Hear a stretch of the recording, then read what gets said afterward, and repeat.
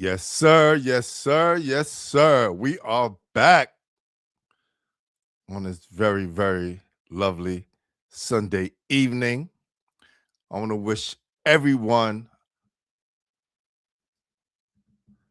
a happy Independence Weekend. All right, let's just say like that. Happy Independence Weekend for everybody out there. Hope everybody was staying safe. Everybody got some good barbecue in.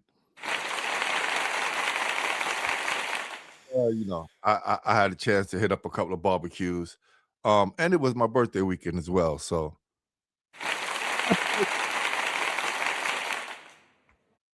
all right, y'all know what it is. Welcome to Basketball Heads Live. I am your host, Glenn Poole Harding. And oh boy, we have a very special guest. This basketball head is a Scarsdale High School standout when they were ranked one of the top teams in the country in the 70s. This basketball head also played college basketball as well. It was known as one of the best outside shooters in the entire NCAA and was nationally ranked in the top 10 of the NCAA for free throws and field goal percentage at Curry College in Milton, Massachusetts. He was also nominated for the GTE Academic All-New England and All-American teams. This basketball head is a nationally recognized scout, author of the Recruiting Playbook. Please go check that out. I need that in my hands for sure. And an award-winning high school basketball coach. This basketball head has trained and studied the art of shooting and developed his winning techniques for over 25 years. He helps players become more fundamentally sound shooters, scorers of the basketball, and builds confidence and just become better overall players as a result. This basketball head works with beginners, youth, high school, college, and professional players and teams, and also has been a scout for the world champion New York Knickerbockers, y'all. Y'all heard me. The world champion New York Knickerbockers. So salute to the Knicks. This basketball head also was a girls coach at the Pine School of Hobe Sound in Florida, where they were 19-3, best record in school history, Sweet 16 finalists in Florida High School State Athletic Association tournament, first time in school history, number 16th in the state in the Class 2A rankings, best in school history, number one in the district for total offense, and number one in the district for total defense. Coach, multiple all-state and academic all-state players, selected to Florida Athletic Coaches Association, and was Coach of the Year for Class 2A. So you already know we got a big deal on the show tonight. So without further ado, help me welcome to the show Westchester legend and founder and director of Binderhoops Academy, Coach Steven Bender. Y'all ready?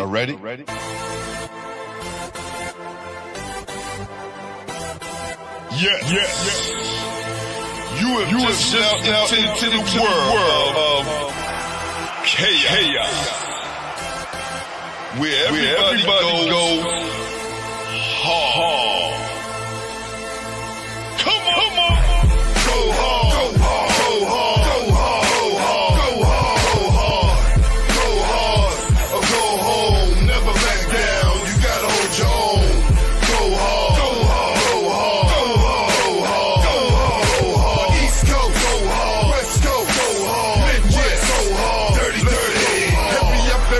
Get online, buy your tickets, cause the game about to start.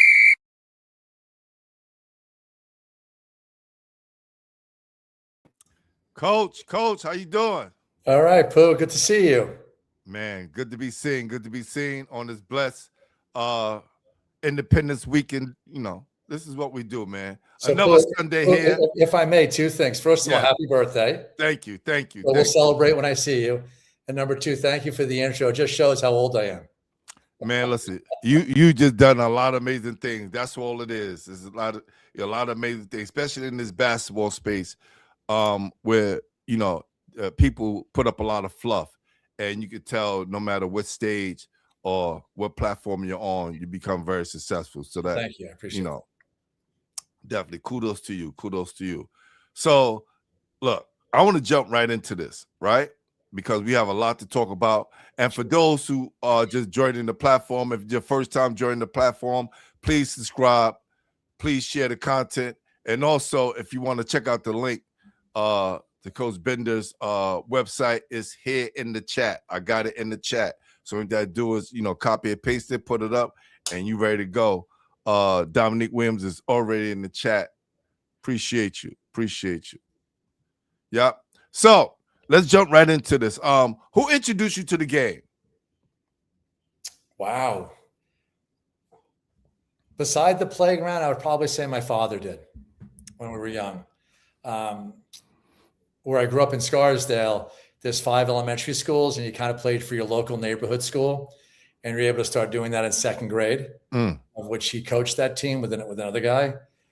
So probably my introduction became there, as well as on the playground during recess, when there were those things in those days. Right. And I just kind of gravitated to it. I really enjoyed it.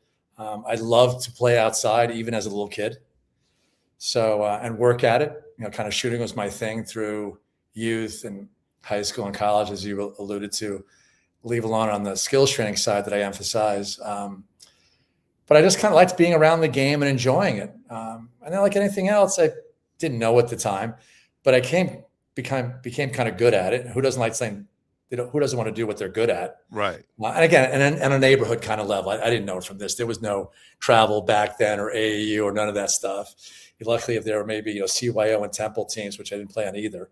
But I was kind of good at it on the rec league level, and then just kind of went with it. It was, with my buddies and friends, we would go outside and play, and just kind of went with it. And, fortunately, it's a bond as a family, not only with my father, who's still alive at 92 plus years old. Wow. Salute to dad. Salute to dad. Thank you. And my mother, for that matter, who's 89. Yes, We're married both of them. close to 70 years, I guess.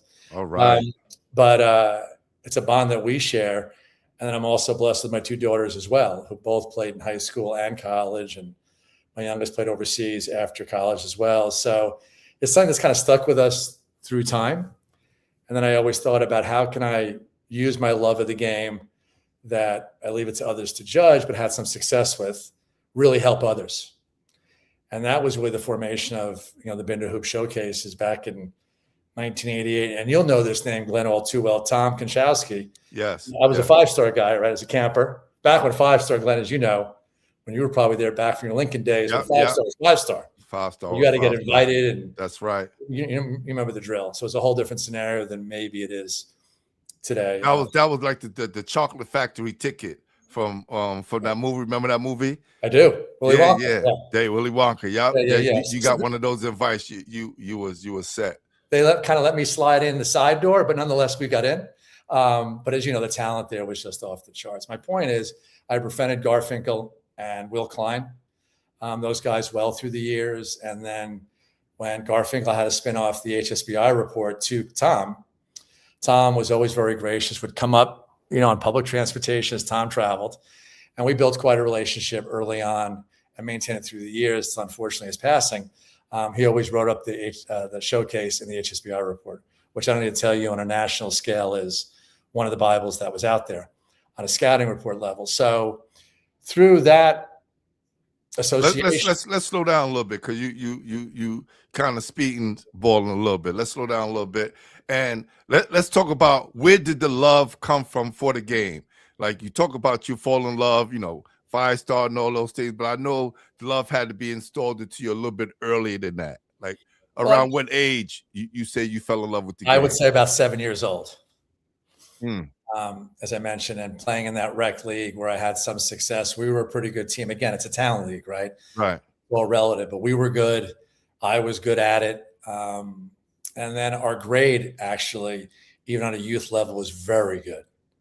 In the town of Scarsdale. So we would play like on the playground together as time went on, elementary school, middle school, even before high school.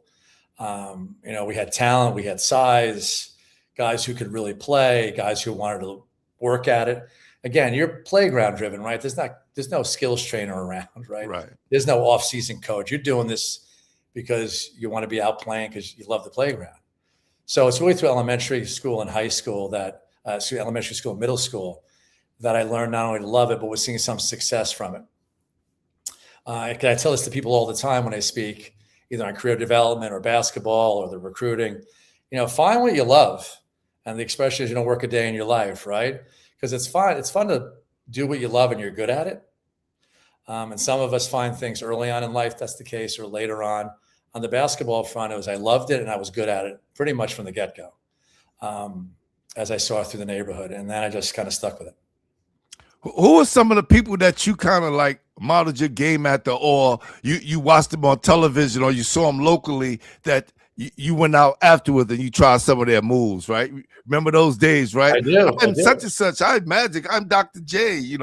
I'm Willis Reed. Like, who are those players? That so you go back to now when we're talking about elementary school, middle school. It's kind of the middle 70s. Yes. And, that's when the Knicks were really good. Yeah. And that's when being a fan through tried and true, even though they won it in 70 and 73, and obviously just last month again, but it's a long drought as we all went through. But nonetheless, the Garden was great, right? So I loved watching guys like Bradley would be a good example. Yes. For me. I really wasn't the ball handler, flashy type like Monroe, even though it was fun to watch. I probably wasn't as smooth as a Frazier. So Bradley is probably somebody who I looked at. A Rick Barry would be another one during that era. I didn't have the hops that a Dr. J had, but that was fun to watch too. So it's more of those guys who are more fundamentally sound that I kind of grew to, who kind of played the game that I could emulate, that I could actually handle. So those are two guys that probably jump off the page a little bit more. And as back in the 70s and 80s, there really wasn't free agency back then. So you loved your hometown team, right? I mean, they stayed with their teams for like about 1,000 years before they could leave. Correct. So I appreciate avid Knick fans today, but you go back then, you weren't hopping around. You weren't player favorite first, maybe. Like, people love LeBron wherever he goes, or KD, or, Curry's going to stay in Golden State to the end. But you get it, right? So some fans are player-centric and some are team-centric. Back then you loved your players, but you didn't care who played for the Knicks back in the 70s because guys didn't leave. So it was just those guys suiting up. Maybe they'd make a trade or, they'd make a sign, but it wasn't that often. So you just loved your hometown squad. And the Garden at that particular night and every night would always be rocking, right? So the few times that would go down. They're undefeated in the Garden, falls attendance. That place stay packed no matter what, winning or losing. Right. So today, where it's great energy, especially the playoffs with the Knicks, you and I go down there to see the Knicks play the Toronto Raptors in January. Half of it's corporate seats anyway. Right. So they're in suite 2, suite 100, or they're running around, in their Delta suite, whatever the case may be. So not that there's anything bad with it. It's just kind of a different energy. Yes. My guy, CK, what's up? CK in the building. My upstate counterpart. He said, did you play with Earl Graves Jr.? I did. Which was one of my teammates, and we're very close friends to this day. So we've been very close. Is that the founder? His father was the founder of the magazine? A Black Enterprise, correct. Black Enterprise, yes. Of which Butch still oversees. And yes. His father, unfortunately, has since passed, but he oversees the business. So we're still very close friends to this day, 50 plus years in the making. He played for Scarsdale as well? He did. Wow, he did. okay. Yeah. Butch was an All-American, certainly an All-Ivy, All-American honorable mention player at Yale. He's still the all-time leading scorer at Yale. Really? Yeah, and he was drafted by Philadelphia in the 3rd round. That was the year Barkley went 1. Wow. For them. And then our big guy was a guy named John Ravelli, who was an All-American, who was in the Stanford Hall of Fame. He was our big guy. He was drafted by LA just when they won the world title with Magic and Worthy and all those guys. So he opted to go to France to play because I think they had 12 or 13, guaranteed contracts. That would have been a tough road to haul. But yeah, that was part of the very good Scarsdale team that I was. And we had other guys who could play too, but we can't. I think you and I were talking offline. We came down. We played Benjamin Franklin High School, and so that's what I wanted to ask you. Right, let's talk about you guys coming down to the city and playing against some of the city guys and who were some of the guys that were on those teams as well that you faced? Sure. It's a little bit before your era, but you'll know all these guys. Yep. So we played Benjamin Franklin at the time. They were number 1 in the country. So they had Richie Adams, the 6'11" guy who, went on to play Vegas, right? They had Gary, who was an All-American in high school, who went on to had a great career at Iona. Phil Green and those guys. So we'd go down and played them pretty tough and actually beat them. We'd go out to Queens to play. We played Monte Cristi High School, Vern Fleming, and those guys. They actually came up. We were out at St. John's. We played against Forest Hills. We had Kenny Patterson, who was an All-American, who had the great career at DePaul. And as you know, that era, not only was Westchester basketball really good, but the city was really good. So our high school coach, who was very good, a guy named Jack Kaminer, saw the ability that we had both my junior and senior year. So where high schools really weren't traveling yet, we went to Philly to play Roman Catholic, and we played Dobbins Tech, and we beat both of them down there. Or we went up my senior year, we went up to Ringen Latin to play against Ewing and those guys, and we beat them up there. So we were free to get on the bus and to play those teams and come out in most cases on the winning side. But we'd go down to West 4th Street, which you can appreciate, during the summer and play in the pickup down there. Same thing. Mount Vernon was very good back then. You remember the McRae brothers, who were the All-Americans at Louisville and had the great NBA careers, and Tony Taylor and Curtis Moore and his older brother Lowe's, the legend before him. We would go to West 4th Street in Mount Vernon on summer nights. Again, this is more in high school and college, just to get workouts, and we knew those guys well. So they'd welcome us into the cage, and we'd play. So Westchester basketball and New York City at that time, and I'm not really one of these guys who says back in the day, but you'll appreciate this, Glenn, who really has their pulse on New York City basketball. And you and I were talking offline this week. The city's coming back, but it's a different vibe, for really good high schools, especially public high schools, to keep that talent in the city, which people are working really hard to do, which is a good thing. Oh, we definitely going to do a deep dive on that. Trust me. Okay. That's definitely coming up. Yeah. Julius Allen, Coach Julius Allen, he hit me up today, and he says, so during the 70s, we had 2 teams ranked number 1 in the country. And I guess he was talking about Ben Franklin as well, right? And then we had Canarsie, that was number 1 in the country. Okay. Right? Yeah, that could have been, yeah. Yes. And he says, how do we get back to that? Winning across the country. And what you talked about, you just mentioned the blueprint, right?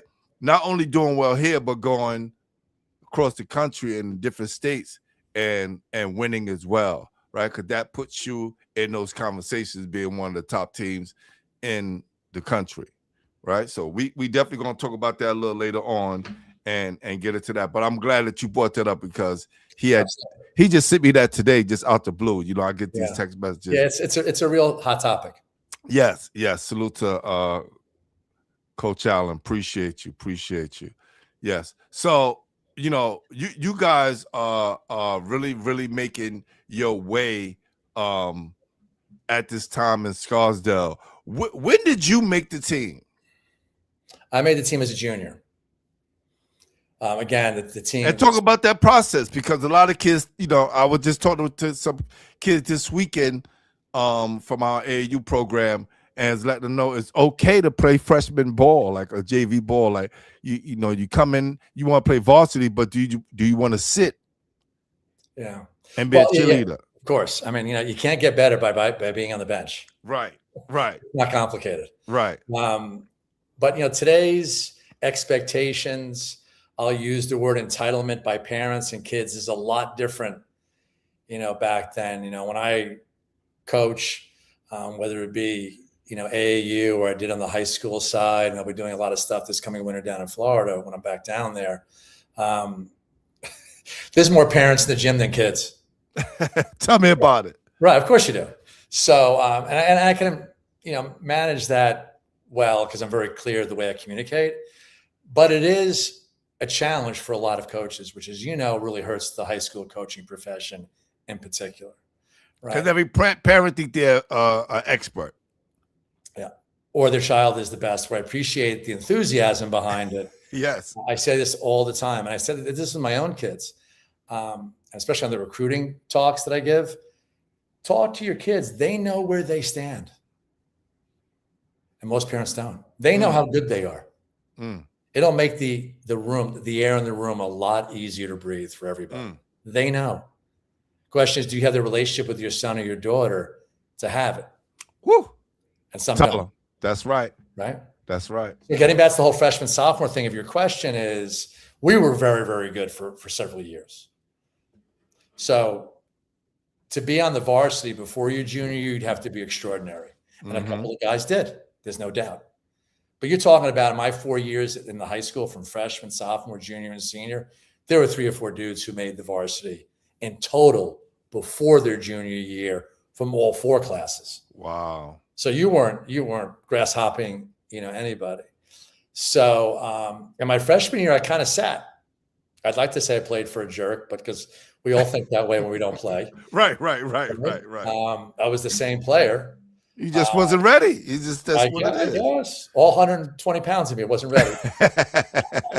So, but I thought I was the same player. But here's the difference between then and now. My parents didn't fix anything. There wasn't any big talk. Freshman coach at that time wasn't a really big communicator. Whether I thought he knew what he's doing or not is irrelevant. He's the coach. It is what it is.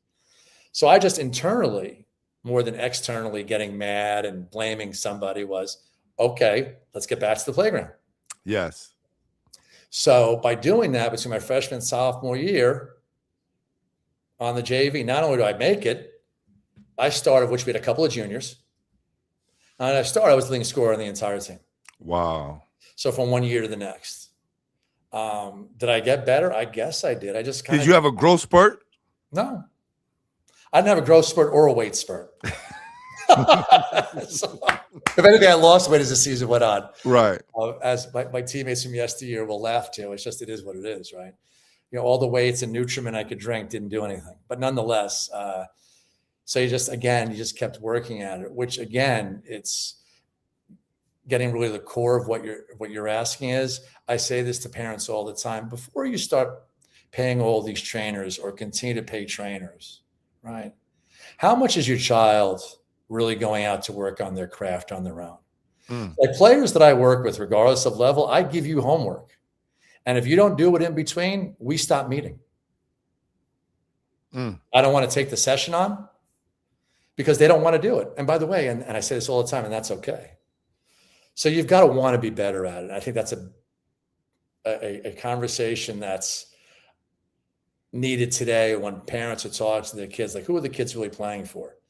Is it an off-season filler, which is fine? Or are you playing because you think your buddies do it? Or are you playing, do you enjoy it or not? Are you good at it or not? But before you start going to all these clinics and showcases and camps and you're working with trainers, are you putting some of the work on your own? Because once you get to high school and college, you got to be able to do that. It all changes. It all changes on every level, right? And this, Glenn, talking to college coaches, not to get too far ahead, but this is what I tell players, that not only work on your development, but be versatile as a player, right? So if you're a really good shooter, what else can you do? Can you defend? Can you lead the team in assists as well? What is it? How else are you versatile? So the coach hopefully takes you off last or one of the last people off the floor for playing time. You become more valuable, right? So it's being able to really work at your game on your own, because college coaches don't. That is not the journey anymore. They don't want to hear about player development. They have an assistant or a volunteer assistant, especially the D2, D3 level. Yeah. Which is, I'm deep into with the showcase, which I know we'll get to. These guys got to win, and they got to win now, or they're bringing in guys who do. Their job is on the line. Their job is on the line. Correct. So it's no different than the D1 level. It's not as amplified, mind you, but it's the same. So you think they're really going to spend time on your craft with you every day? No, they'll work with you, of course. It's part of their job, or the assistant will. But are you taking the 500 jumpers on your own? Are you doing the conditioning program that assistant or head coach or shooting coach or whoever's on your staff gives you? I don't know. So if you're not doing that, they'll just recruit over you, even at the D3 level. One Yeah, year, boom, you're it's done. tough. It's tough. It's tough. Kids don't really understand that. We just mentioned that on the high school podcast that you're gonna have to be able to do more than just score, right? Everybody can score. Every team has a score. What else can you do, right? With Darren Peterson, was getting interviewed, and he was just saying, man, I gotta play better defense, right? In college, there were people who were telling him, or saying that he had to get better at defense. And Right. then there was a couple of times where he noticed that, I got blown by a couple of times. I know Coach is going to be talking about that in the film sessions and give me that extra work that I need. When you at that level of player, if you don't recognize this about yourself, you'll be in and out there real fast. Real fast. Yeah. You'll be in and out there real Especially fast. the way the transfer portal is, right? Yeah. And you got D1 kids, D2 kids who, if they're getting the aid, they got no problem if it's a place to play and get college funded to go D3 now. It's the wild, wild west. So if you don't perform or you don't come in ready to play, it's an issue. Being that, we know Scarsdale as being one of the top academic schools in New York, right? Also on the sports side, you guys put out some really good teams. How was the recruiting process for you guys having a nationally ranked team? Like, how did that spread out to even yourself and other players when you guys was finishing up there? Certainly different than today, right? Because everything is about the internet and social media. There was obviously no computers, no social media, no Instagram. Right. You got letters by snail mail, them showing up and them calling. Right? Oh yeah, I like to do this. Hold on for a sec. So there's two kinds, right? You get this, the generic, right, and then you get the handwritten. Right. So, when schools are taking you a little bit serious, but even if you got the generic letters, it meant something because at least you were on somebody's radar. Yeah. Right. That was the purpose.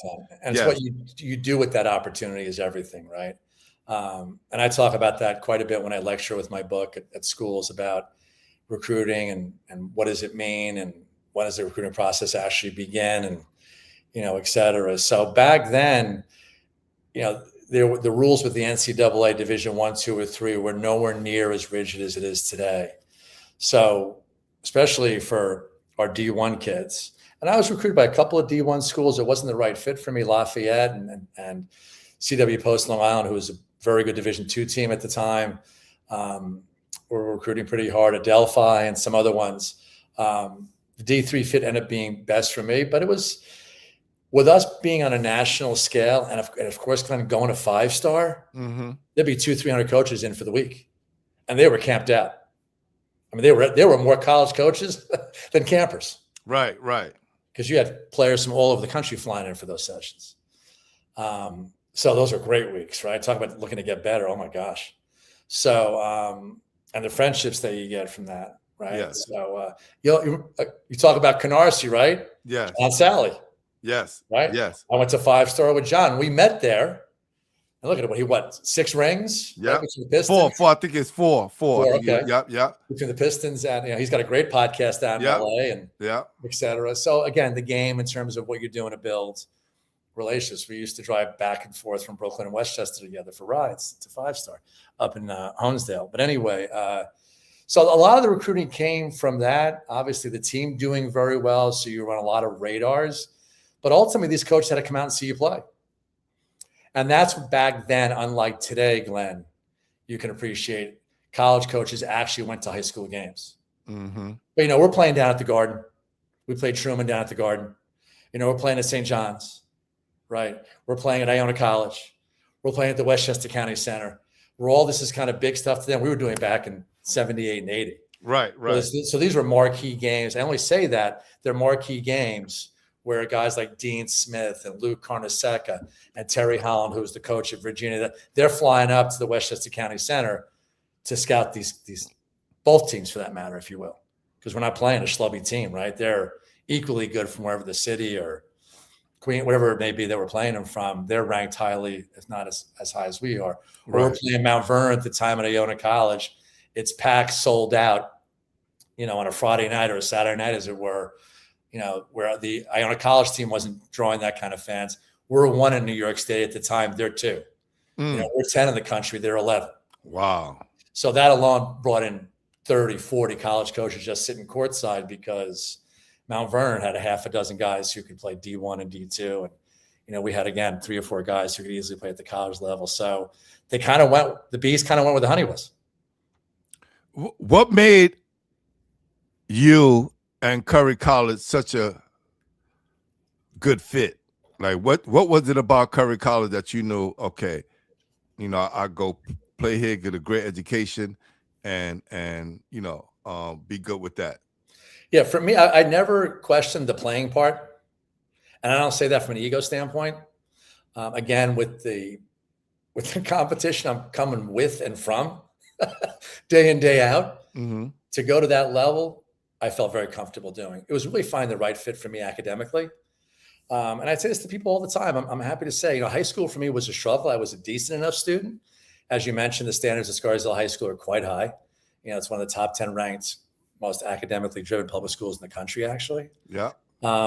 So I came out of it well prepared, didn't know it at the time, but, getting my C's and B's took all I could. So finding the right fit academically where I felt I wasn't swimming upstream, plus being 4 hours from home, the demands of a college schedule, saying goodbye in Labor Day, maybe getting home for a little time at Christmas, but I'll see you at spring break if I don't go to Florida with my buddies.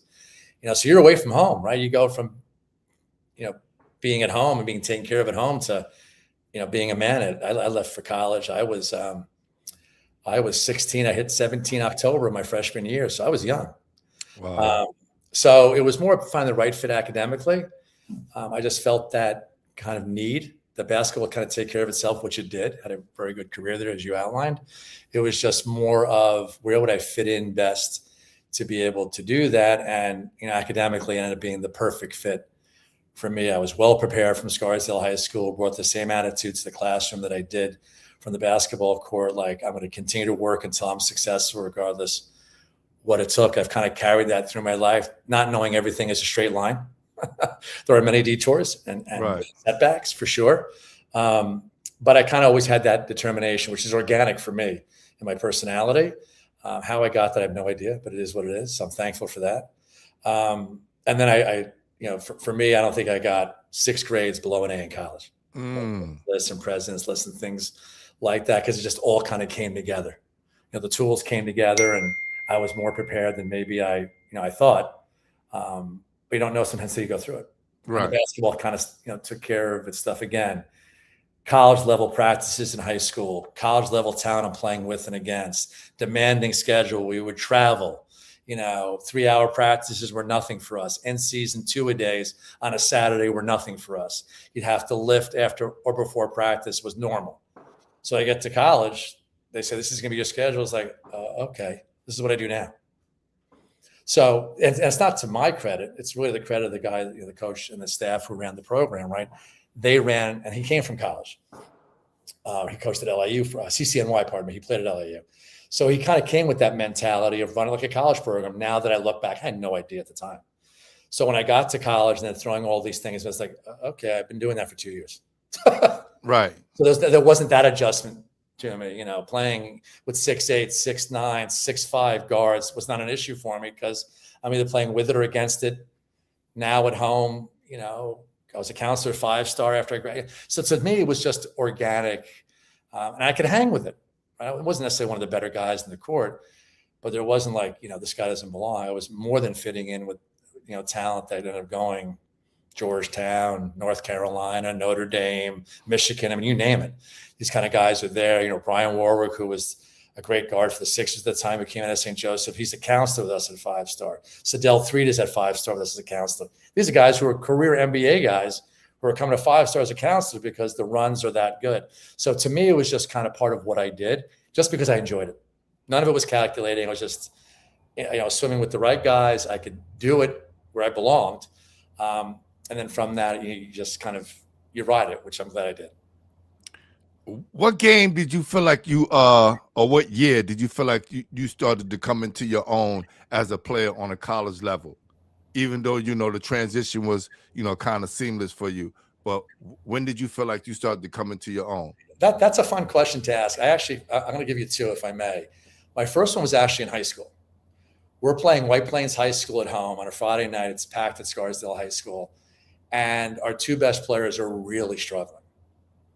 And they're good. They're very well coached. They're big, they're strong, they're talented. Like any other year, they'd win the gold ball if we kind of weren't around, if you will. Yeah. So they were good. And they were getting us pretty good on our home floor. And our two guys were struggling. And something turned over in my brain to take over the game from the standpoint of what I could do. And I could really shoot it. Now, 3-point line wasn't in that. No way. But I made like 8 or 9 long range twos in a row. I made like 6 in the first half. And I remember walking off at halftime, and the assistant turns to the head coach. They're walking up the breezeway.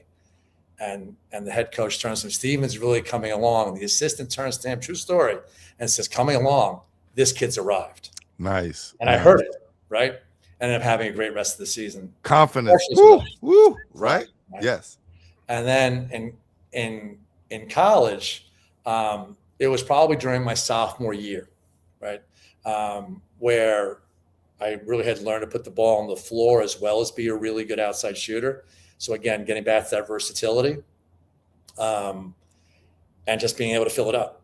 So confidence was never really an issue for me, knowing you're going to have bad nights. But when I work with players today, I said, your goal with you is to get you to 40% shooting percentage, pardon me. Still talking to sales. You just at the Walmart. Exactly. It's July 4th weekend. But get to 40% because players don't. Right. So our goal is 40, but if we get to 33, 36, 37, you're Stephen Curry range. And remember, shooting is something you can teach, but you got to work on it. Definitely. And a lot of players don't want to do that. It's one of the few things in the game that you don't have to be organic or naturally talented with. I know there's speed training, and I know there's ways to get your vertical up. I get all that. But to me, there are ceilings with that. This is my own opinion.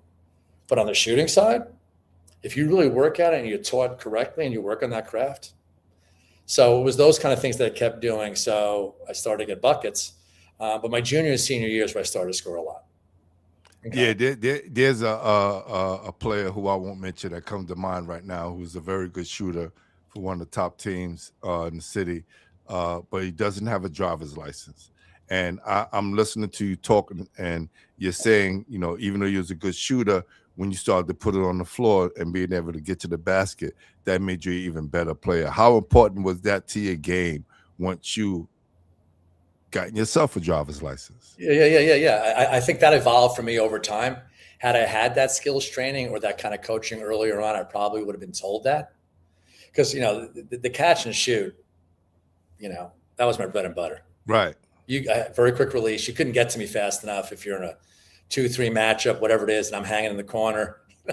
Yeah. You get me the pill pretty quick. The release is fast. That's why I don't think everyone ever got blocked. But that versatility of being able to do more of having tools in your tool chest, the head fakes, right? The step back, those things didn't really exist back then, right? So step back threes, all that kind of stuff would have been good to have that I would have worked on had I had it. Right. So, and then the college thing where everybody. But what would you step it back to? Well, even the 3-point line comes in effect the year after I get out of college. Right. This is what I'm saying. Like, I would have scored like 350 more points in college had I not taken one more shot. Right. That's how far out I was. Yeah. So but nonetheless, just to be able to get it off. Because again, the college level, right? It is an adjustment physically, mentally. They are bigger, stronger, faster, even at that level. So adding more tools to your box would be a really good thing. And that's the only way I coach and train today. I don't care how good you are at one particular part of the game. We're going to work on this to get you better. Because again, to get recruited or to stand out or have longer term success, if you're not building your toolbox, the road is going to come to an end pretty quick. Because if you look at the game today, not unless it's very situational, the standstill jump shot shooter doesn't really exist. It exists No. more in the NBA, to be honest, than it does at the college level. Yeah, And but especially the way I coach, I coach 94 feet. We are end to end. We press, we go, and we only set up if God we have to. and in the NBA, is a certain amount. You got like 0.3 seconds to get that shot up because players are so fast and so long. Pause. Yeah. But as you know, with their clear outs, there's a lot of drive and kick. Mm-hmm. Or they call from the old dribble drive days, right? The Calipari stuff. There's a lot of that in the NBA, so you can kind of get into the paint and kick it to the wing for that standstill jump shot shooter. Josh Hart was great at that this year. Was better at it this year. DiVincenzo is very good at that. They didn't really play that way in college, if you remember. So it's more of an NBA thing. The college level, they're going to the rim if they can, and if not, they're kicking it out for a quick three, and then they're either pressing or they're getting back right away, and then it begins again, right? Right. It's the way I coached it when I coached the team at Pine School. That's the way we played. And on the girls' side, they're so unused to that, it caught everybody by surprise. And they thought I was the master of what I did. It's like, no, it's just the way I believe to coach. And I just trained the girls that way, so it became very second nature to them. And we had people beating the first half. They couldn't keep up. So we're pressing 94 feet. I don't care, off a dead ball, off a rebound. We're full with 3/4. We're in your grill the entire time. And as soon as we grab, we go. You're in your lane and we go. I don't care who's got the ball. I don't need to kick it to the 1. The 5, you bring it up. You don't have that skill, we'll work on it. And that's what I did. And that's why we had the success as much as we did, because these girls, to their credit, wanted to work on their craft, and we got better all within 1 year. But that's an important thing, to be able to work on your game and want to be able to adapt it to the way the style is today. And part of that is being versatile. So you leave Curry College, All-American and academic All-American, right? Nominated, yes. Just having those accolades, leaving college. What was you sure what you wanted to do after college once you got your degree? I did. I had some the tryouts actually were down at Kingsborough. I had a couple of tryouts to try and go overseas, and I did get an offer from a team in Turkey. But that's right around when the Midnight of the Orient Express came out. So you weren't going to Turkey then like you will today. Right. Istanbul and those cities are fantastic today to go play professional basketball. So it didn't really align for me. And I kind of wanted to do business anyway, but I wanted to stay involved in the game. So I graduated college back in 1984. I do the tryouts, go back to 5-star that summer because I'm still figuring it out. To stay in shape and to play at that high level of competition. I'll go back as a counselor, blah, blah, blah, do the tryout. I get the offer. And I just decided it's not a great place for Americans to go at that time. Mm-hmm. So I just decided to enter my career in business, but knew I wanted to stay in basketball. But a lot of my buddies, and you can appreciate this, Glenn, what the great game will do for you, relationships and friendships. My dearest friends come from basketball, guys I know for 50, 60 years now. In all walks of life, black, white, local, around the country, doesn't matter. The people you meet, and I really enjoy that part of my life anyway, leave alone in basketball, that a lot of my buddies went on to coach at the NBA level, assistants, and college. So one of them is coming back. This is the summer of 1987. So I'm out of college now a few years. I'm making my way in my career, blah, blah, blah. I've already met what's now been my wife of 37 years. Nice. Who I'm happily married with. And one of my buddies is coming to town to go to a showcase that Bobby McKillop, who you know, Mm-hmm. right, the great coach from Lutheran, who's now been at Davidson forever. Bobby's having a showcase at Lutheran. I had no idea what it was. My buddy says, meet me out there. I got to scout some kids. We'll go for a beer and steak afterwards, blah, blah, blah. I said, great. I hop in the car. I go out to Brookville to Long Island Lutheran. Mm-hmm. And I meet him there. He's late, of course. You have to know. You know Billy Bano. You know Yes. Billy. All right, I don't know him personally, but I know of him. Yes, yeah, of course. Billy's one of my guys. So, again, we met at 5-star, and he's from Goshen. We played in summer leagues with and against each other. But anyway, he's at that time at a college as an assistant. Says, let's meet there. He's late. I walk into this gym, and I kind of see a few college coaches around. Now, Bobby's an organized guy, but it seems unorganized to me. Some guys have numbers on their shirts, some guys don't. I see some guys walking around with a player roster, but not everybody. And I'm saying to myself, holy cow, this is a great idea. So the first call I make is actually to Garfinkel. I'm living in Manhattan at the time. And Howie, at the time, may rest in peace, also lived in the city. So I call up Garfinkel, we meet for lunch, and I say, Garf, I've got this idea. And he says, Steven, you're one of us. Whatever you need, you let me know. He says, the first thing I'm going to do is I think you should get a hold of Tom. Because that's when he had spun off the HSBI report to him with the NCAA rules and stuff. So I then met with Tom. And between Tom Chinkowski and Garf, they kind of gave me the structure idea of how to run a really good showcase. And they would just get behind it from a standpoint of if a college coach called them, like, yeah, we know Bender, he's a good guy, get it off the ground. So that became the germination of the Binderhoops Showcase, which I launched in 1988. Ooh. And I've done every year since, except for COVID. Mm-hmm. And I originally ran at Iona College. When Pat was there, and then I moved to Manhattan when I befriended Fran Fraschella, who was great there for a long time, as you know. And it just grew. I mean, some years, Glenn, back in the early days, right now there's showcases everywhere. So yes. The landscape has changed. But back then, Glenn, it was nothing for me to get 80 to 100 college coaches in for the day. Mm. And that's when D1 could come. So I would have Duke there, Kentucky, St. John's, even down to all, Division II and Division III. So I was able to help all these kids of different abilities. And, it's the recipe that I've stuck with all this time, that I'll be having the Select 60 showcase this September at Purchase College. And I've been dwelling on the last couple of decades, the Division II and III, more because the way the NCAA, sets up the rules for what college coaches can attend and cannot. So I just decided to focus in that area. Why do you think they changed the structure of that? Because I remember, when they used to do it in the city, that a lot of college coaches from D1 to D3 were all there. Now it's just, a certain select group of coaches from JUCO to D3 now. It's not like the D1s is not coming out. Yeah, it's a little bit of, the big time guys wanted what they wanted, and they could force the NCAA to do it, because it really did the opposite of what they said it would do. Kind of make the landscape more fair.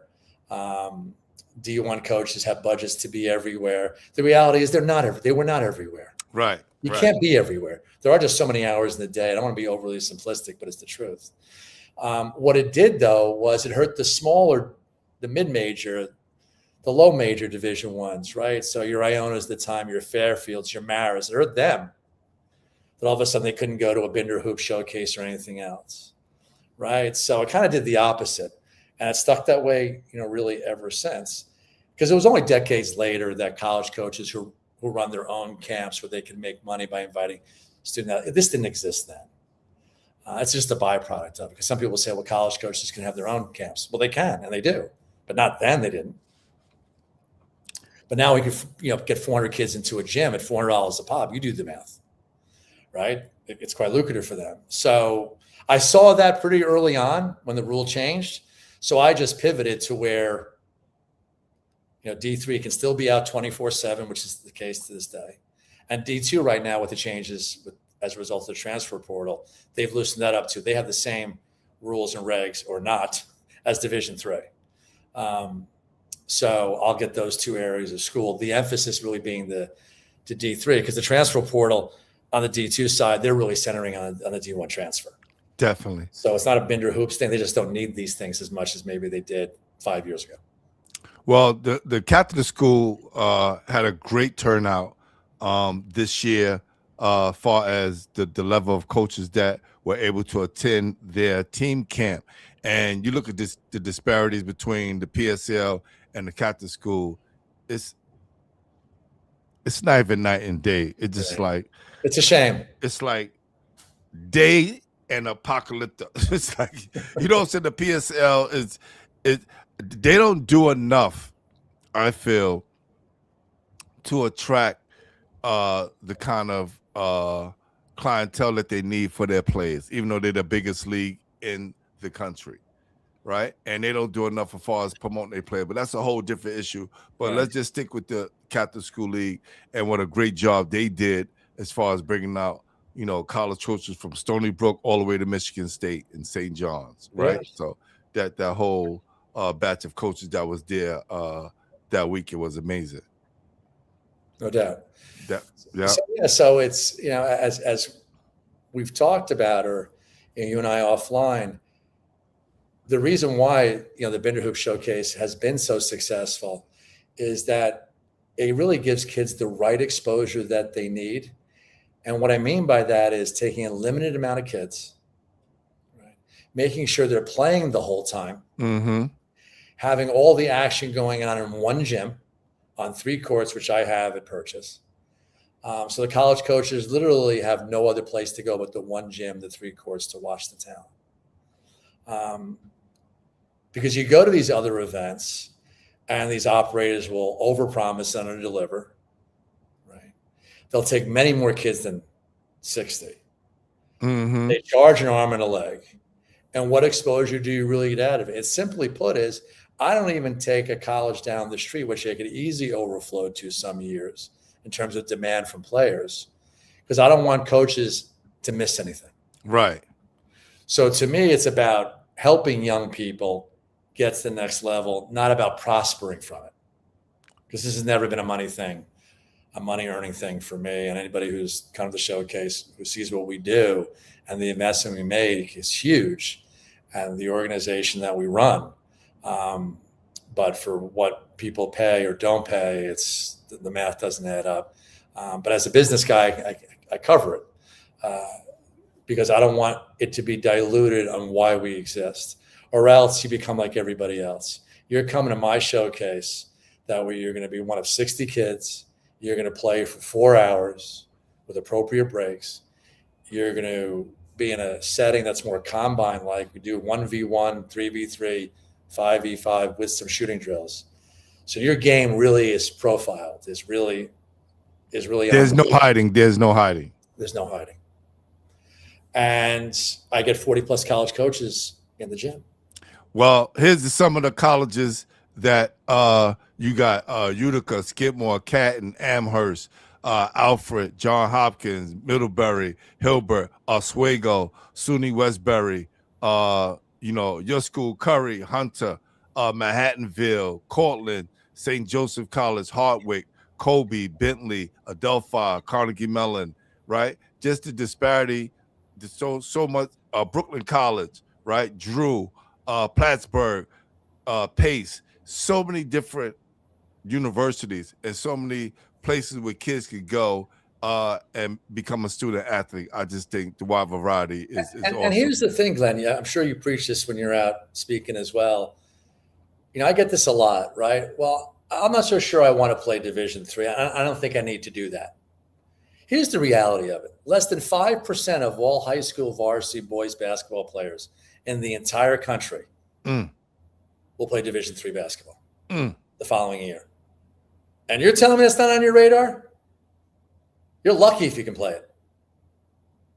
And that's a huge disconnect. That's a whole podcast unto itself, by the way. No, there's a kid who right now, right now, we're talking about it's July, don't have a school to go to and turn down Division I offer, turn down Division II offers. And there's not just one kid, it's plenty of kids who, they bypass these situations not knowing that opportunity may not come back around again. Well, that gets back to, expectations, lack of mentorship, either from family or their high school coach or travel, who's ever kind of steering the ship. As you know, especially in the city, the handler, quote unquote, is a real problem. And it could be the parent as well. Oh, no doubt. No doubt. Yeah. So it's, as I tell people kids all the time, and I say this in my showcase when I speak to the kids, if you get offers, you entertain and you manage and you respond to everybody, because you don't know how this is going to shake out. And until you sign with them, anything can change. And that's even after you've committed in November, December, January, February, and March. I've got college coaches still calling me, Glenn, before July 4th weekend. I'm Mm. looking for XYZ. You got anybody? And from where I sit, not being a high school coach up here, not being an AAU coach, I've got no horse in the race. So then I'll give them the honest opinion. Or what's the program like? I'm looking at this kid. What do you think? And I always very careful to not overstate what I do know and don't say what I don't know, because I really want to help kids. Yeah.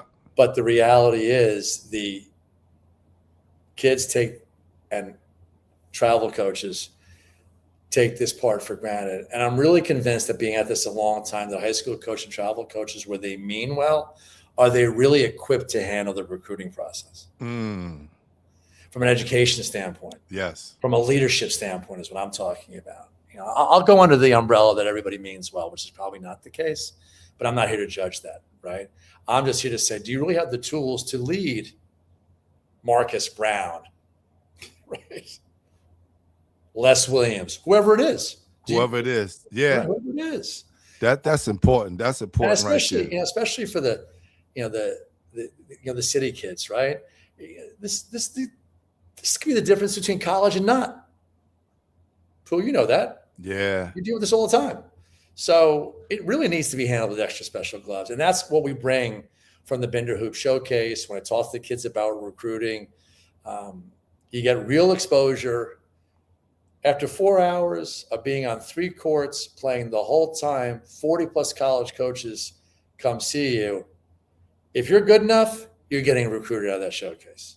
It's plain and simple. This is not about being in a gym with 200 kids and I rotate on. Or maybe somebody catches you for a glimpse at a summer league, which for playing, that's good. For exposure, they don't go to those. Right. Maybe a handful of coaches every now and then. If that. Shatik ASE, appreciate you. Said, I hope these interviews are being recorded. This is a vote worthy. Thank you. I appreciate you. Yes. Who's that? Best Ram, my bad. Best Rhyme. What's up, Steve? Speak the knowledge. BERASM. Basim. So we'll just leave it like that. Could barely see some of these names, but this is important. This is why I try to, identify a lot of these players early and get in their ear, speak to their parents, and let them know just vital information. If it's not, or let me just say, just be available to them, right, as a source of information, and try to keep it as real as possible so they understand the landscape and its journey, right? Because a lot of times they don't really understand, and they're hearing it from somebody who probably have not even been in our positions or have the knowledge that we have of the game, the recruiting process, and the steps to get there. And simply put, this is hard to do. Yes, it's not easy. Especially now. Back then it was even crazy. Now it's so many hands in the pot. There's so many cooks, so many chefs in the kitchen, right? Well, and here's the shame of it. The talent level, I don't know how you feel. I'm going to be heading down to a lot of summer league games. Riverdale Summer League, which is one of the good ones down in the Bronx. They put on a great job. I'm heading down there this week or next. And I'm making the definitely let me know because they always invite me out. They're good guys down there. I know them well. Fairview, Greenberg, New Rochelle. These places run some really good leagues. But I say this to people all the time: you got to work on your skills. The playing is important. Don't get me wrong, but you want to go to the next level of either being a really good high school player. Let's talk about that first before we talk about getting recruited. You have to be a really good high school player and skilled to want to go over to the college level and leave alone be good at that level, right? So things go in stages is my point. And the only way those stages become successful is you got to work at it. It was nothing for me when I was a youth, right, as my parents will attest, for me to take 1,000 shots in an afternoon in the backyard. And I had one of those slopey driveways, Glenn. So I'm shooting the moon balls up there. Right? Getting that arc up on that shot. Yeah. Yeah. And for variety, I'm going up to the porch outside the back door, shooting off the picnic table because I want to make it fun for $2. Right. Which, by the way, I'd make those and get $2. Nice. But nonetheless, just to make it a little bit fun. But my point is, you got to be able to do that stuff. And today you've got resources, you got shooting guns, you got all sorts of things, right? And my good buddy on Long Island, Nick Williams, you mentioned earlier, one of the best trainers out there. Jerry Powell's another good buddy, my basketball results. Like, there are places to go, and you can search out. To me, those guys are the best. On the training side, you can go work on your craft, and they'll work you, boy. Right? Be prepared to, get dressed down a little bit. I say going out there is like Rocky Balboa meets basketball. You got to love it. You got to love the sweat and go in your ripped T-shirt and shorts and sit in that gym at the Annex or the other facilities that Jerry will have in this particular case. Nick's doing a great job, obviously, with Tobias's, EYBL youth team. Hey, Nick, come on the show whenever you're ready, baby. We can make that happen. For sure. Appreciate you too.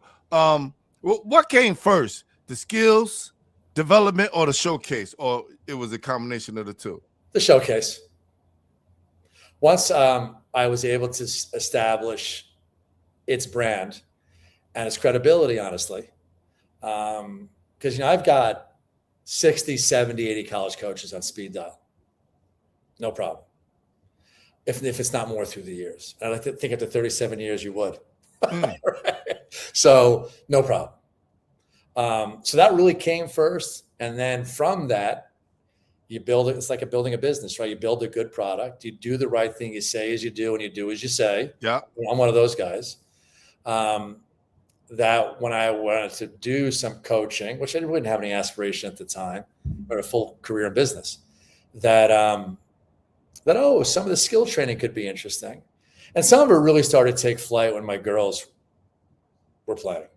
And they were very good, very young. Like, I worked with them like in the kindergarten. We'd go work on some skills and we'd get pizza and ice cream afterwards. And they both ended up being two very good high school players. They won multiple state championships at Rye Country Day. One played down at Columbia and played over in Ireland afterwards, and one played at Johns Hopkins. And again, the career is never a full trajectory, straight line up, but we're good at it. So some of that in training them, and they end up being Jerry and Nick disciples. I would take them out to Babylon, an hour and a half each way for a couple of years, 4 or 5 days a week between my wife and I, who was really on board with everything. My wife, Stacy, was great with it. So when I saw I could train them a little bit and still obviously have the father trainer hat on, because there's still two of my best friends to this day. Then I saw I could do something with it. So I would coach some local travel, some local AAU. And it's like, okay, we can make kids better. We can get some W's. We're kind of good at this. But always kind of kept it at bay because, again, I'm working full-time. I got a family. I'm traveling. I'm doing my thing. I got the showcase like I'm good. But as I began to wind down my career and retire several years ago, the scouting, the searching out of player development, with the background that I was building, it's like I put this down on paper. It's like, what? People will want this. And I do high school clinics. I'll go into, to different high schools, and I'll run a 2-hour practice for a coach if I'm called. I do individual player development. I do small work. I've done stuff. I mentioned scouting, but I did stuff in the past for the Knicks on shooting and you charge your arm and a leg for this, right? You tell people right then and there, like, you breaking the bank on this, right? Yeah, most of it I don't charge at all. That's awesome. Where I feel that a family can, I will charge, but most of it I don't. Like, when I went to Blind Brook High School this past, winter, and I ran a clinic for the entire high school team, I didn't charge Johnny Aguilera and the staff. No. A lot of the speaking engagements that I'll do for the book, maybe they pay me a couple $100 to buy some books so people actually have information. But no, that's not where my MO is. So as I look back, it's helped clearly, because people get great value out of it. But, booster clubs, and especially when you're dealing with certain type of kids on the player development side, money's an issue. So I try and take that off the table where I can. I'm doing stuff on the pro side, or, elite high school stuff, individual development. There'll be some payment, of course. Oh, for sure. That's a whole different conversation. They can afford that. Yeah. But a lot of the stuff, right? Yeah, I try and do it where it's like, hey, you want me to come in? I'm good. And people like it. Let's talk about the recruiting playbook. Like, what was the inspiration for that, and why did you feel that was needed? It was needed because I felt people didn't have a good enough plan on actually what to do.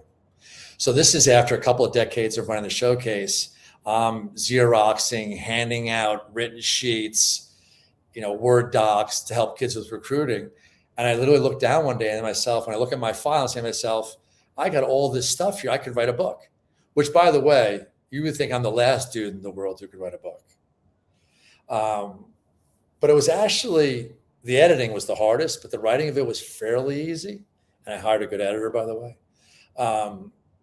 That all this content of what do you actually do? What's the step-by-step mode? So I'll make sure either when I see you, we head down to Riverdale together, or we get together in the city, or I'll send you a copy of the book so you have it. It's 100 pages. My first draft was 200. So the hardest thing was getting down to 100, because what the hell do I know about writing a book? Right. So I'm not exactly John Grisham. I don't know what the hell I'm doing. So why I didn't like it at 200 was it's too long. I'm not going to get through it in 2 hours. So I chopped it down to 100 pages, 70 pages of which is content of the recruiting landscape, which is still very relevant today. I now have a second edition out, which came out several years ago. The last 30 pages are sample profiles, letters to college coaches, follow-ups to college coaches. What do you say on visits? What don't you say on visits? All of it very relevant, regardless how populated and crazy social media gets of recruiting. The staples of what to do with recruiting has not and will not change, because you got to know how to comport yourself or recruit yourself or build your brand, to use that term from social media today, with college coaches.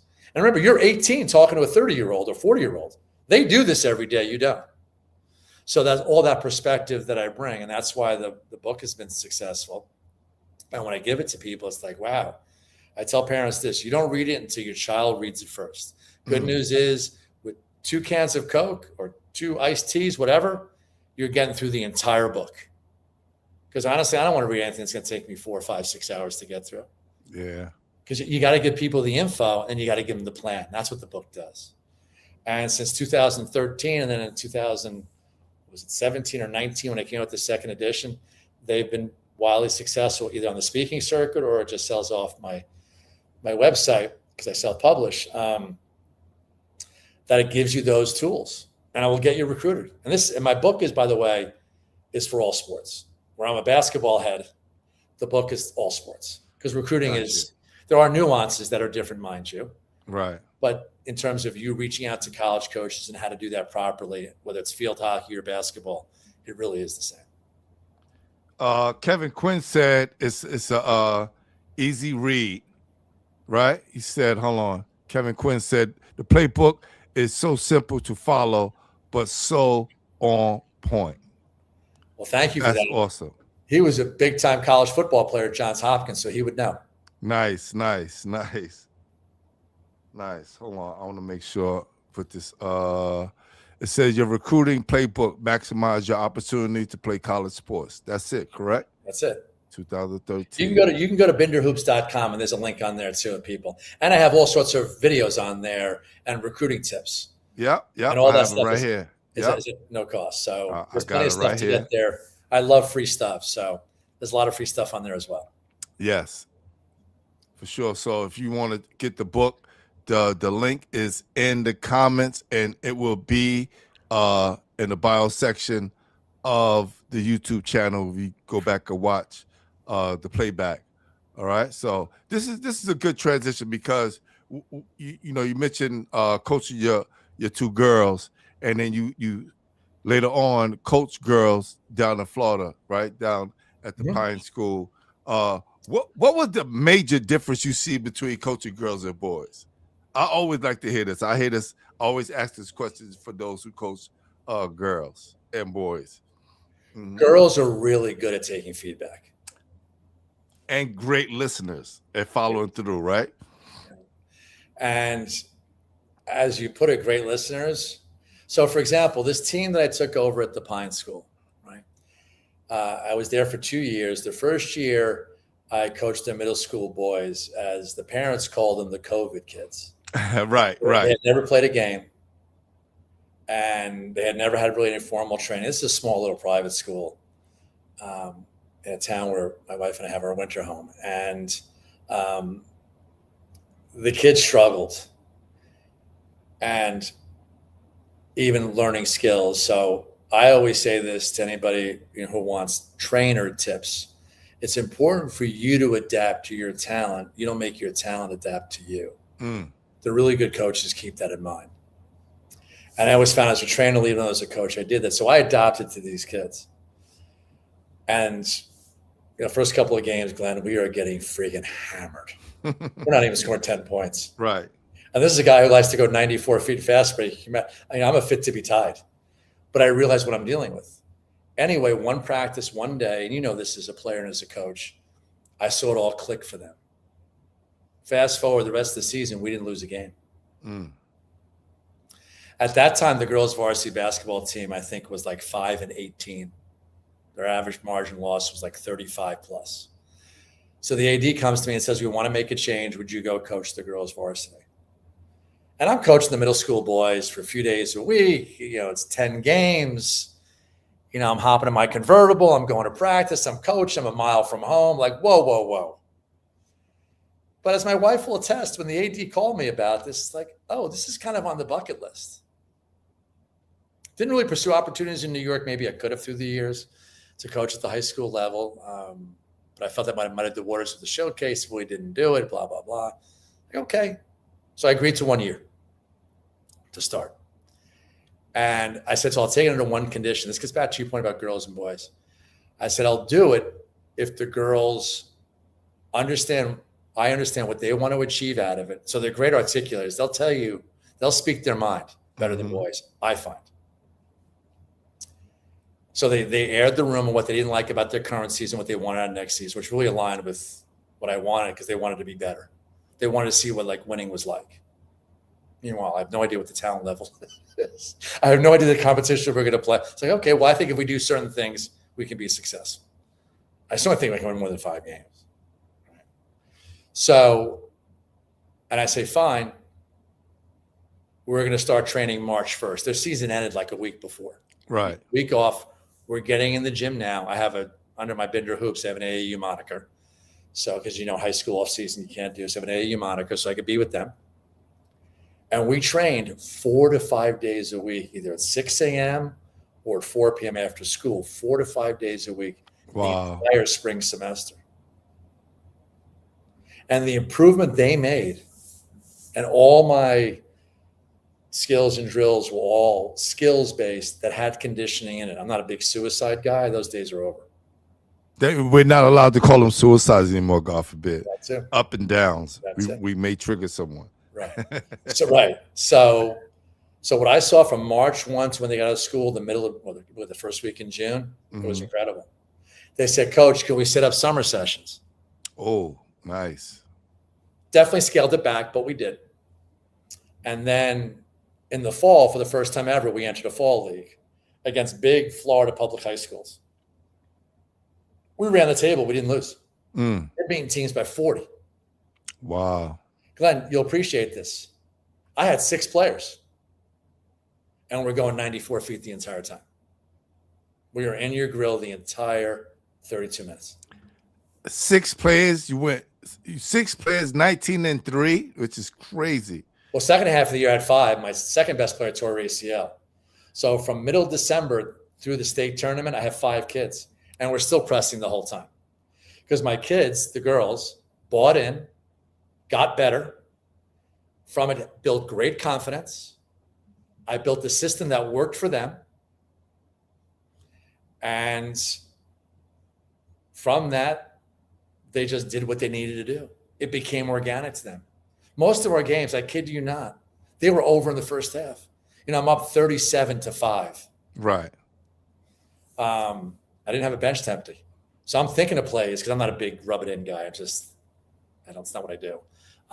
So I'm thinking of plays where I can stall without making it look like you stall because you want the team to feel bad, right? Right. For the very counter of what you're trying to do. So female players, they're clear on what they want. They're clear on what they don't want. So if you listen, you'll get that a little bit more honestly than with boys. But that being said, I've coached and I've trained boys. Obviously, athleticism is different. You know, it's fun to coach kids who can play above the rim. You know, girls obviously don't do that. But those are just nuances of the little differences. You know, but I was approached with the girls' side, but coaching so much of my own daughters and so much travel. I was a part-time coach with the Philadelphia Bells with the Nike EYBL circuit out of Philly for Mike Flynn. You know, as a McDonald's All-American, you know, a board member, and those guys, Kevin Lynch, I coached some of their teams for a while. You know, so when you get around really elite female players, to me, it's as fun as anything else. And that's kind of what we built. Mario Barrera said, Binderhoops is a great showcase. A lot of the FDA players got their college exposure through the showcase. Salute, Mario. Appreciate you. I appreciate that. Slam Jam said, hey, Steve. Steve Showcase is legendary, man. It had many players of all levels attend. I know when they gave out peanut butter and jelly sandwiches during the breaks. That was back in the day. You could hand out peanut butter, right? You can't with allergies. Right. But Yeah. No, that's the fun part about this. And one of the reasons why at my age now, being like, keep it going, I get to touch people's lives that I wouldn't ordinarily every day. And I love that aspect of it. My whole family's involved in the showcase. You know, my two daughters are very involved. My daughter's boyfriend's involved. My nephew and niece come up and they're a big help. My parents still come by and sit at the college check-in table and greet the college coaches and sign them in. So the Binderhoops thing has also become like a bit of a family affair, which a lot of these coaches, high school and college, they have an extra smile when they walk through the door that they can appreciate, because it's the purity of how we try and go about doing this. My agenda is real simple. Help high school players and help college coaches. And I've never taken my focus off of them. Yeah, he said Nate Harris said that. No doubt. And this is why it makes it worth it to keep coming back to New York City and help get kids recruited, right? What do you think is the misconception of New York City kids leaving the city for greater pasture, or, you know, what they think is greater pasture? Well, some of it has to do with the parochial school education, because, you know, as we touched upon earlier, Glenn, right? A lot of the kids are going PSL either straight to the Catholic School League if they're interested in staying home, or, you know, these prep schools, right, in the suburbs, in New York, in Massachusetts, in Connecticut, the boarding schools. They have caught on saying, you know, well, let's bring in one or two kids and we're done being under 500. Right. I've always said this about coaching basketball. I don't know how any team, any program, any school puts up with being 2-15. This is not football. This is not lacrosse. You just need to get a couple of kids, have a coach somewhat know what they're doing practice-wise and game-wise, and you should be at least 500. Well, right. These parochial schools, and I'm probably oversimplifying it a little bit, and these prep schools have figured that out because they offer a great education. They offer structure. But here's the missing part. Even at those schools, right, those head coaches struggle with college contacts. Right. Now, I deal a lot of that very, very, very good CHSA schools. I know those head coaches very well. They send me kids. We're on the phone. But to be perfectly candid, some of these teams are highly state ranked, CHSA ranked, nationally ranked, whatever the case may be. They had a lot of trouble and needed a lot of help late to place their D3 kids. You know, Jervis didn't need the help. I'll just use that as an example, right? It's just, which Division I school is he going to? And Pat does a great job up at Stepinac with those kids. Awesome job. And he's a big supporter of the showcase. But he had several non-Division I kids, right? So we were going back and forth on, you know, trying to create opportunities. So to the point of the question, one of the points the question you're asking is, I tell parents, if you're going to leave your PSAL school or your public school, wherever it may be, really figure out why you're leaving. If the first thing is education, and in some case safety, I get it, then that's the goal. You can't have everything, right? If part of the goal beyond that is college coach's contact, then drill down with that coach, see what they really have. But if a guy like Pat Masseroni, who has been dominating New York City for the last, several years, can reach out to you and ask for help, why can't some of these other schools, in the Catholic school and the PSAL reach out as well, who are not doing so well, who may have a couple of 2 or 3, sure, half their team is Division II and Division III players. And some do, right? Andre Clark, Pat Mangan before at FDA, big supporters. I helped them quite a bit. Chris Ballerini, over at DeWitt Clinton as he's trying to rebuild that program. I'm in touch with him, right? Leonardo Blackman over at Brandeis, I'm in touch with him, on and off through the years. So a lot of these guys are reaching out. But as you and I talked about, offline, this showcase and leave alone my recruiting contacts, if the kids are good enough and have grades to be eligible, and not necessarily the perfect grades, there's a lot we can do with it. But a lot of guys feel they can handle it on their own. And if they can, then show that to the parent and kid. Yeah. Do you really have the contacts? You mentioned, Pat Estepana, he's doing a great job on many levels there and the brand he's building there. But to your point, where he felt he needs the need, he reaches out. Yeah. And there were some years, Stephen, I can only send you one because I got all D1 kids, or this past September, Stephen, I got 4 kids I'm sending you over. So it's always going to vary because the talent level varies, right? But or I'll reach out during the season. Hey, great win. How's it going with X, Y, and Z? Well, Stephen, I'm a little bit light there. What do you got? So he's smart enough and good enough to ask for the help, and that's what you got to be able to do. Because the good thing is, Glenn, and as we talk about more stuff offline that we'll do together,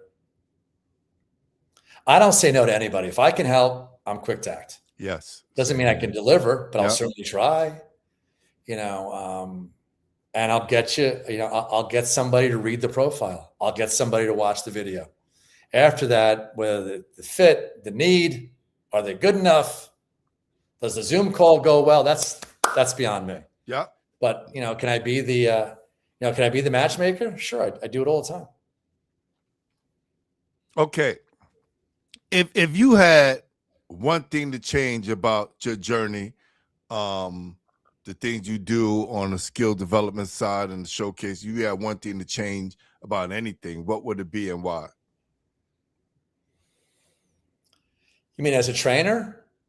Just overall, if it's one thing throughout your basketball journey that you could have changed.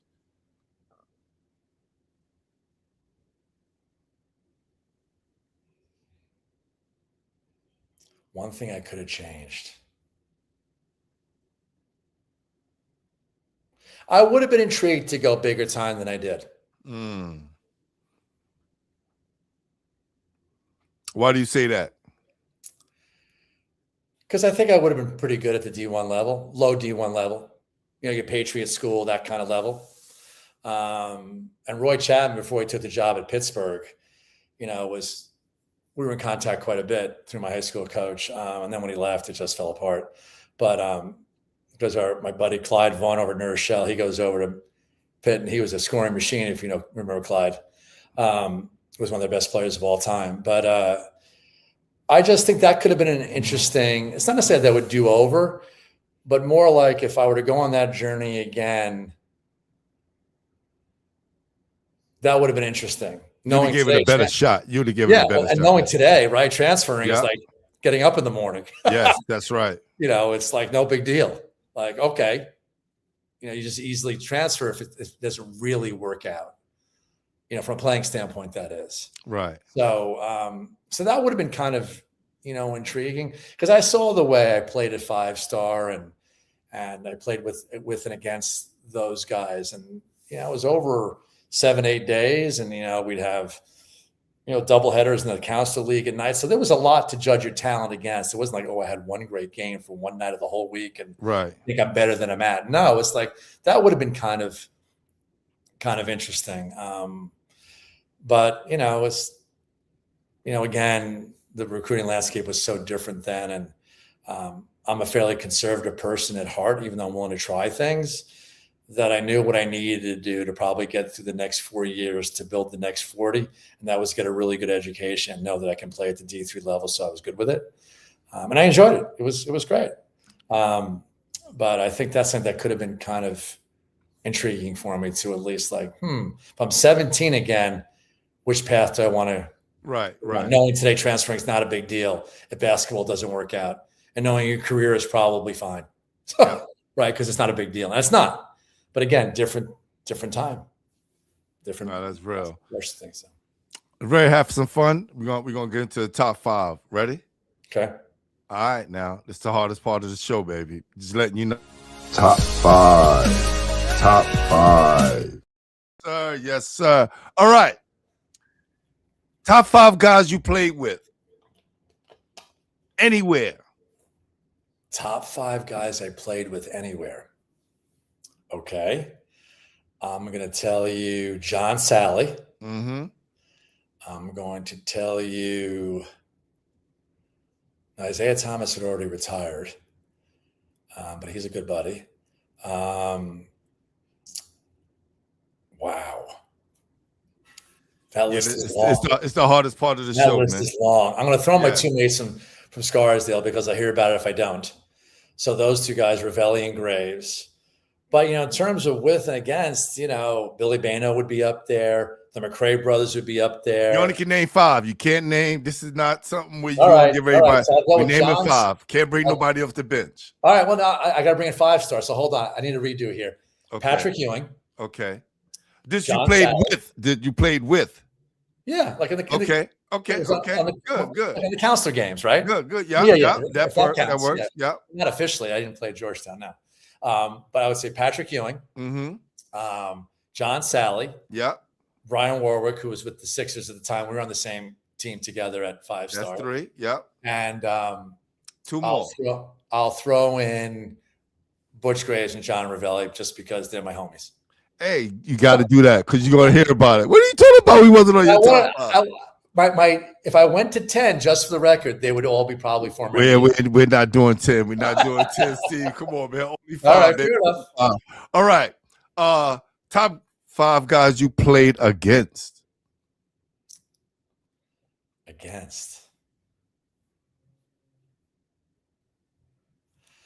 There was a guy who was an All-American at Notre Dame, a guy named Barry Spencer, who was really good at that time. Okay. I'd put him on that list. I put Richie Adams and Gary Springer on that list. Tough. Yep. I would put 2 more.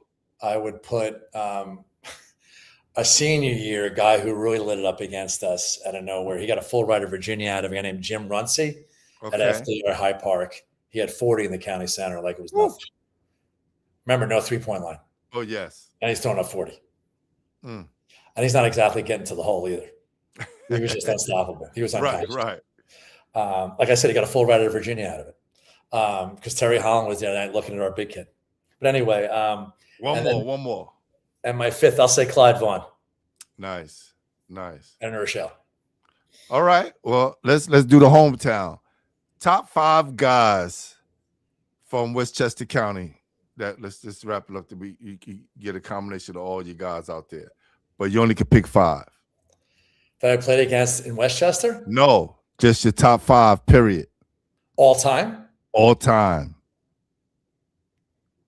Westchester County, baby. God, there was a lot of good players. I would put Clyde Vaughn on that list. I mean, you got to put our big kid, John Ravelli, on it. He was unstoppable. Our 6'8" kid.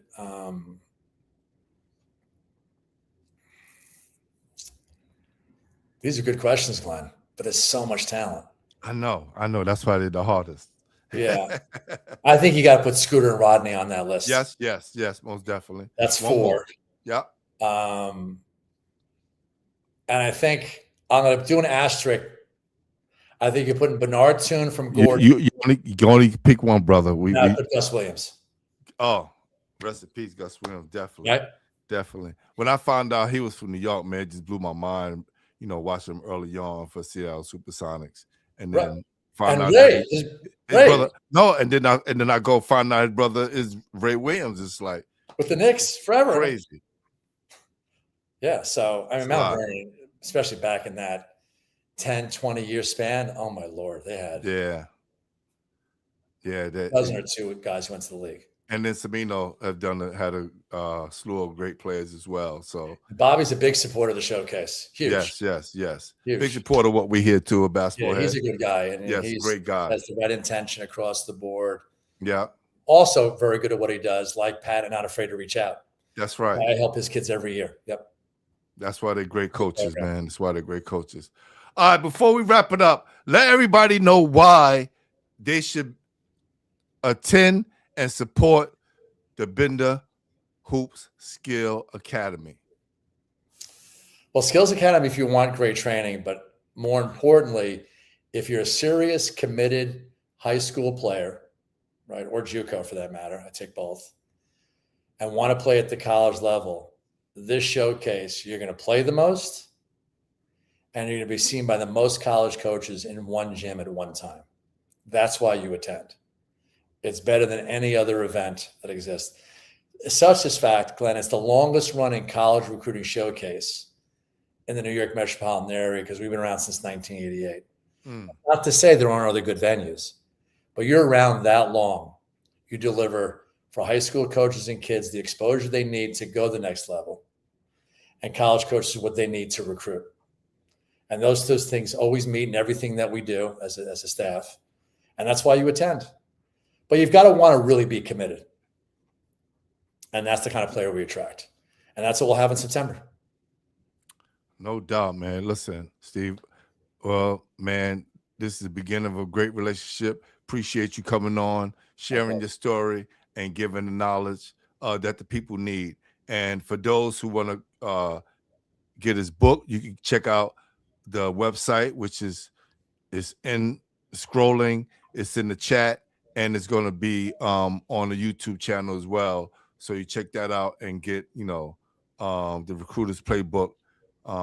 And just keep building your knowledge on this thing we call basketball, because it's not an easy job, and all the things that kids have and up if you against got, them today, right, it's that end. definitely can help you. It seems like you have quite a following, so kudos to you, and especially with the people that wrote in questions.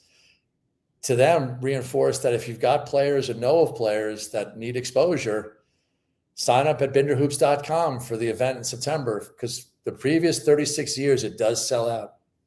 60 spots will go fast, and the link will be live starting tomorrow. Got you. To register. Well, let's stay in contact, buddy. Go and enjoy the rest of your night. All right? All right. And we'll talk soon. We'll talk. Thanks, then. No doubt. Appreciate it. All right. Hey, man. This is what it's all about right here.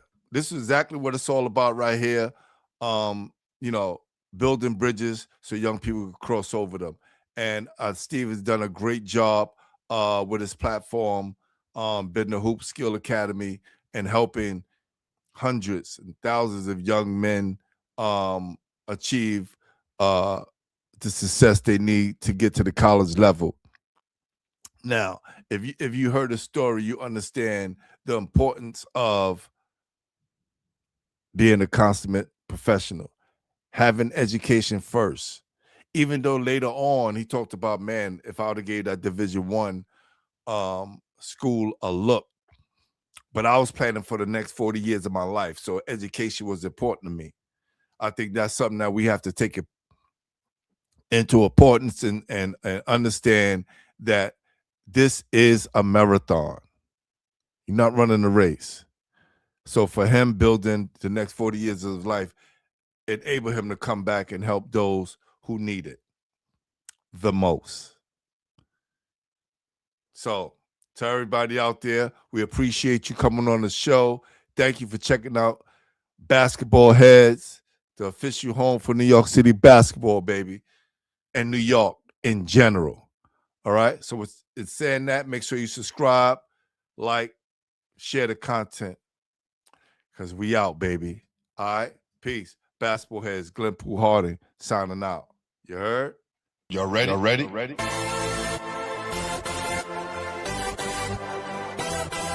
Yes. You have just stepped out into the world of chaos. where everybody goes hard. Come on. Go hard. Go hard. Go hard. Go hard. Go hard. Go hard. Or go home. Never back down. You gotta hold your own.